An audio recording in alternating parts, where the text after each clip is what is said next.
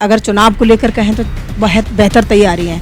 BJP को भी जिस तरह कांग्रेस को धोया ना, उसी तरह बीजेपी को भी खत्म करने वाली है। और दिल्ली की जनता के लिए तमाम वो सुविधाएं जो देनी चाहिए वो सब अरविंद केजरीवाल जी की सरकार दे रही है। जिस चीज़ का विरोध उनको करना चाहिए वो तो उन्होंने आज तक नहीं किया विरोध। या फिर हम किसी चीज़ को पार्ट में करेंगे तब ज़्यादा बेहतर विकास होगा। जब आप उनकी सैलरी नहीं दोगे तो वो काम ही क्यों करेंगे। नहीं, बहुत बड़े को एक करना, यानी वो ज़्यादा भ्रष्टाचार करने के नियत से उन्होंने एक करने की ये जो बात करी है। लेकिन जब कूड़ा डालने के लिए जब गाड़ियां जाती हैं तो वहाँ उनको रोक दिया जाता है। वो पैसा जाता कहाँ है? इतना सारा मतलब टैक्स एमसीडी वसूलती है, उसके बावजूद भी वो सैलरी नहीं दे पाती। नमस्कार, मैं हूँ जितेंद्र गौतम और आप देख रहे हैं डीएनपी इंडिया। आज हमारे साथ बातचीत करने के लिए निर्मला जी मौजूद हैं, जिनका आज जन्मदिन भी है और दिल्ली प्रदेश अध्यक्ष भी हैं महिला विंग की। जी, आपसे जानना चाहेंगे कि किस तरह की तैयारी आपकी चल रही है। देखिए, तैयारी अगर चुनाव को लेकर कहें तो बहुत बेहतर तैयारी है, क्योंकि आम आदमी पार्टी एक ऐसी पार्टी है जो हर वक्त चुनाव के लिए तैयार रहती है, क्योंकि वो मुद्दों पर काम करती है। वो कोई धर्म की राजनीति, जाति की राजनीति नहीं करती।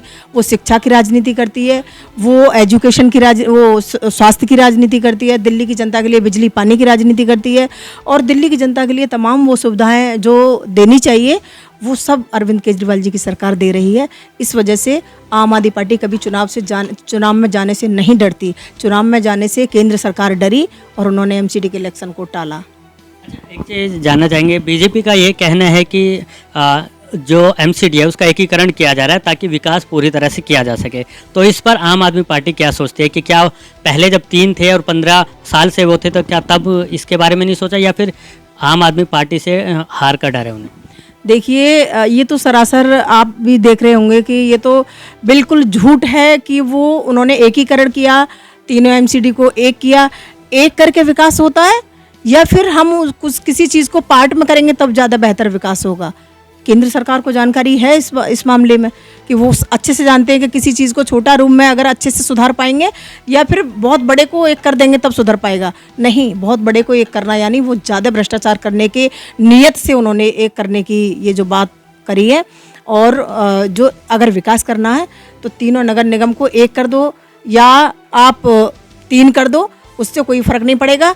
आपकी नीयत अच्छी होनी चाहिए। अगर आप अच्छा काम करेंगे तो दिल्ली का विकास होगा, एमसीडी में बहुत अच्छे अच्छे काम होंगे और भ्रष्टाचार भी खत्म होगा। एमसीडी के भ्रष्टाचार को लेकर बात करें तो कहा जाता है सबसे ज़्यादा भ्रष्टाचार इसमें, और लेकिन अगर वहाँ के एम्प्लॉय की बात करें, खासतौर पर सफाई कर्मियों की बात करें, तो उनकी तनख्वाह 6-6 महीने तक नहीं मिल पाती है। अगर आम आदमी पार्टी आती है तो क्या रणनीति उनकी रहने वाली है?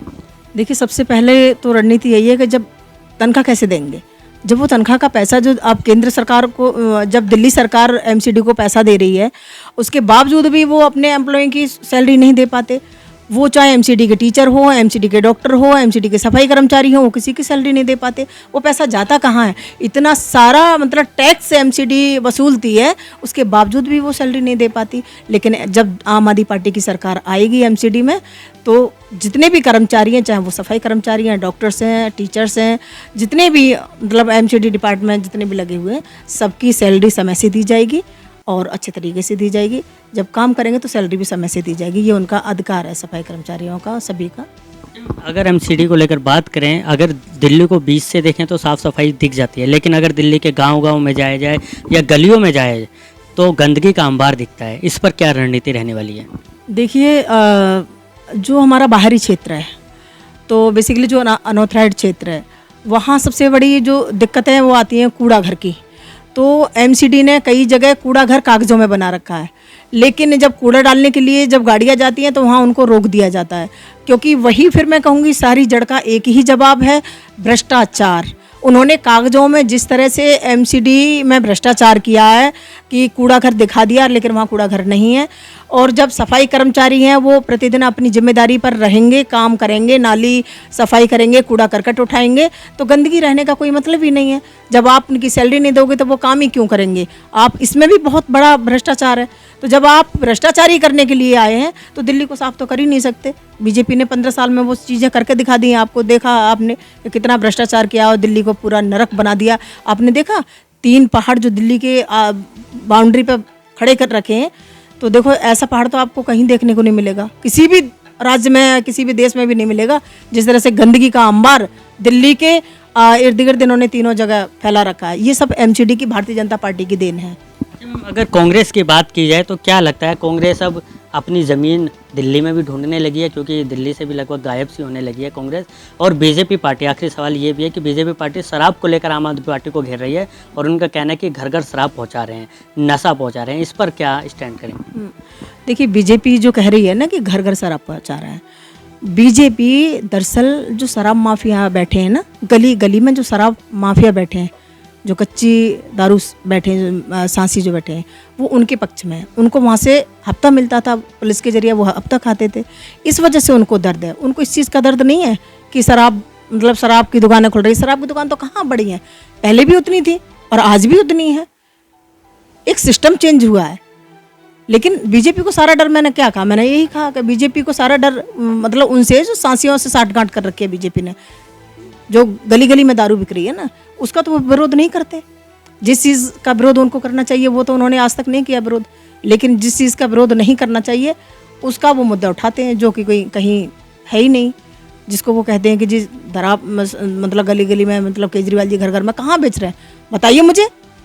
आप भी मुझे, मेरे साथ चलिए, कहीं भी दिखाइए मुझे कि कहाँ घर घर में पहुँचा रहे हैं शराब।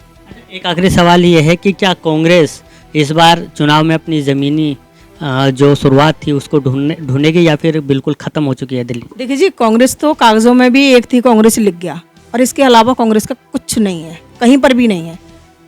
और दिल्ली की जनता तो बीजेपी को भी अभी इस आने वाले समय में, बीजेपी को भी जिस तरह कांग्रेस को धोया ना, उसी तरह बीजेपी को भी ख़त्म करने वाली है, जिस प्रकार पूरे देश की जनता इनसे त्रस्त है।